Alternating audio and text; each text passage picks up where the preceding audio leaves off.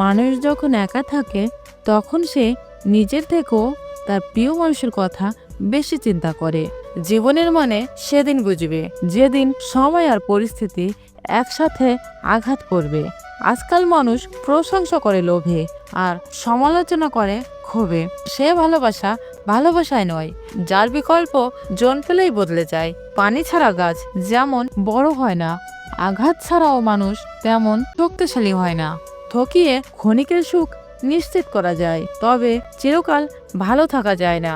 ধৈর্য কখনো জীবন্ত প্রাণকে ঠকায় না, বরং উত্তম সময়ে শ্রেষ্ঠতম উপহার দেয়। একবার একা হয়ে দেখো, পৃথিবীতে কেউ কারো নয়। অর্থশূন্যতা দেখা দিলে বুঝবে তোমার পরিবারও তোমাকে ভালো চোখে দেখবে না। পৃথিবীর সবচেয়ে ভয়ঙ্কর রোগের নাম হচ্ছে মায়া, যেটা মানুষকে মৃত্যুর আগে জীবন্ত লাশ বানিয়ে দেয়। মানুষ চিনতে ভুল করার মধ্যে লজ্জার কিছু নেই, কারণ অমানুষগুলো দেখতে অবিকল মানুষের মতোই। যাকে চোখ বন্ধ করে বিশ্বাস করবেন, তার প্রতি প্রচুর আশা রাখবেন, সে মানুষটা এমনভাবে ঠকাবে জীবনে ভুলতে পারবেন না। ছেড়ে যাওয়ার ইচ্ছা নিয়ে কারো জীবনে এসো না, কারণ মানুষ না পাওয়ার যন্ত্রণা সহ্য করতে পারে, কিন্তু প্রিয় হারানোর বেদনা সহ্য করতে পারে না।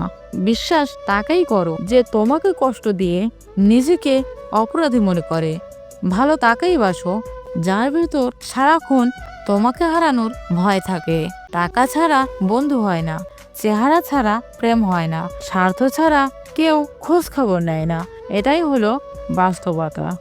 যে অন্যকে ছেড়ে তোমার কাছে আসতে পারে, সে তোমাকে ছেড়ে অন্য কারো কাছে যেতেও পারে।